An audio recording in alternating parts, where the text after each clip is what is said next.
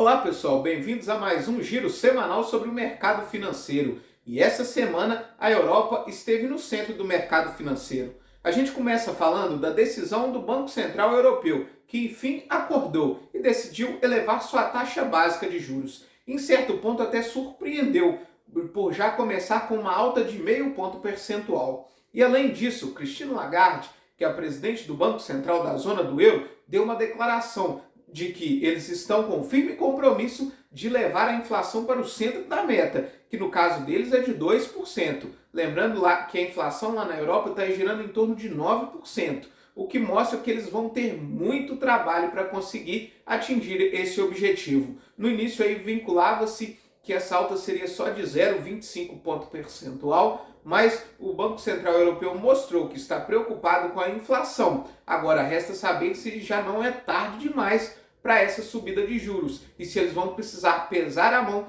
para subir a taxa de juros numa intensidade mais alta e conseguir controlar a inflação por lá.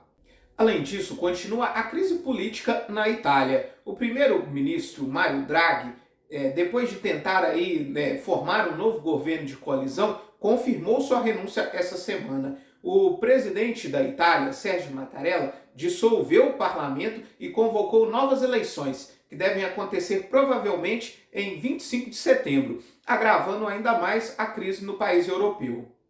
E nós tivemos duas boas notícias da Europa essa semana, envolvendo o conflito entre Rússia e Ucrânia. A primeira delas foi a retomada do fornecimento de gás natural para a Europa após a parada programada que aconteceu durante 10 dias para manutenção do gasoduto. Porém, essa retomada só aconteceu em 40%. E o presidente russo Vladimir Putin alega que ele só pode retomar o seu fornecimento em 100% se forem retiradas as sanções, as barreiras que foram impostas à Rússia para que ela consiga dar a manutenção em todo o seu sistema de gás. Isso acontece principalmente por causa de uma das turbinas que foi enviada para o Canadá para manutenção e não pôde retornar devido às sanções. Outra boa notícia vem do acordo assinado entre a Ucrânia e a Rússia para a retomada da exportação de grãos através do Mar Negro. Na verdade, esse acordo não foi assinado entre os dois países. A Ucrânia assinou um acordo com a ONU e a Turquia e a Rússia também, da mesma forma, mas no final das contas esses acordos têm o mesmo objetivo, que é que a Ucrânia possa voltar a exportar os seus grãos.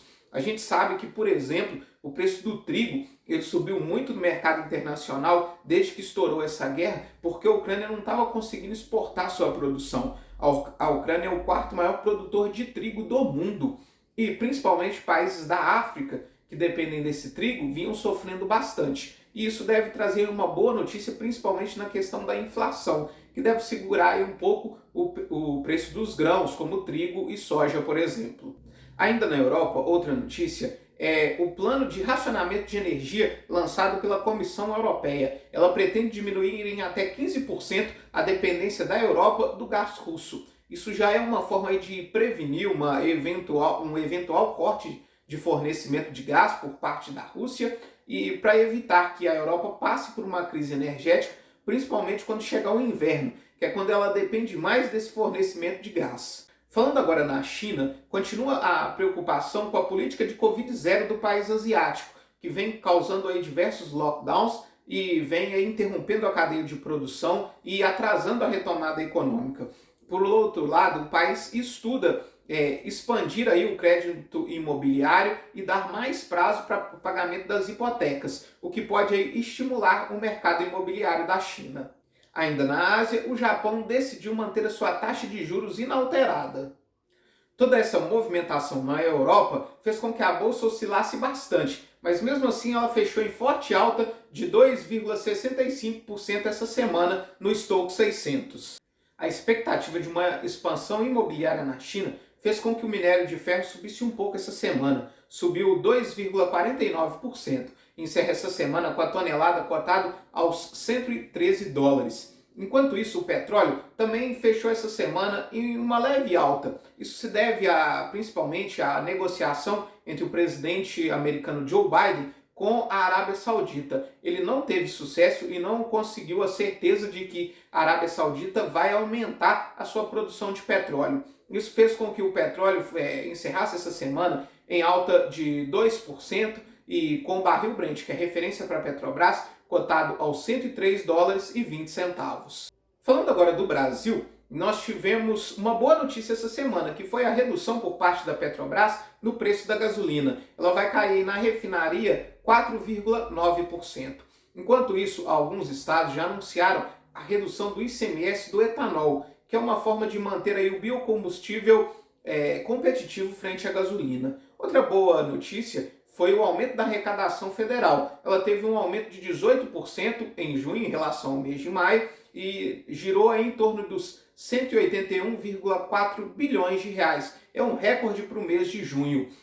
Mas mesmo assim, continuam as preocupações com os riscos fiscais, principalmente gerado aí pelos novos benefícios que foram criados a partir da PEC dos benefícios. Isso manteve o dólar pressionado, aliado ao medo de recessão global, e isso faz com que os investidores procurem aí a moeda norte-americana, que é uma moeda mais segura, fez com que o dólar subisse 1,64% essa semana, e ele encerra cotado aos R$ 5,50. Na esteira aí das bolsas internacionais, principalmente causada pelos balanços positivos das empresas, ou, para ser mais sincero, menos pior daquilo que era esperado, o nosso Ibovespa subiu nessa semana 2,46%. Já nos Estados Unidos, o S&P 500 subiu 2%, a Nasdaq subiu 1,94% e o Dow Jones subiu 1,23%. Essa alta nas bolsas veio aí principalmente devido ao resultado positivo das empresas de tecnologia. A Tesla, do Elon Musk, teve um excelente resultado, enquanto isso a Netflix perdeu 1 milhão de assinantes, enquanto se esperava aí que ela perderia 2 milhões de assinantes, e isso fez com que as bolsas subissem lá fora. Falando agora da renda fixa, ela teve pouca variação essa semana. Os juros futuros, que eu dei para janeiro de 23, ele fechou praticamente estável, numa leve queda de 0,03%. Encerra essa semana cotado aos 13,84%. Falando agora da carteira de títulos públicos, o IMA geral ele subiu 0,05%, e enquanto isso o IFM, que são os pré-fixados, ele fecha em leve alta de 0,02% essa semana. Para a semana que vem, nós temos a divulgação dos dados do PIB nos Estados Unidos, também temos a divulgação na Europa dos dados do PIB e dos dados do emprego. Aqui no Brasil também nós temos a divulgação do índice de desemprego e a nossa prévia da inflação, que é o IPCA 15. Mas o evento mais importante do mercado na próxima semana é a reunião do FONC, que é o Comitê de Mercado Aberto dos Estados Unidos, que é quem decide a taxa de juros. E a gente vai aí ver para onde o Banco Central norte-americano vai elevar sua taxa de juros. Se ele vai fazer aí mais uma alta de 0,75, alguns economistas aí, depois que a inflação dos Estados Unidos veio bem forte esse mês, chegaram a cogitar inclusive uma alta de 1%. Mas o mais provável é que a gente tenha uma alta de 0,75 ponto percentual. Muito obrigado e até a próxima semana.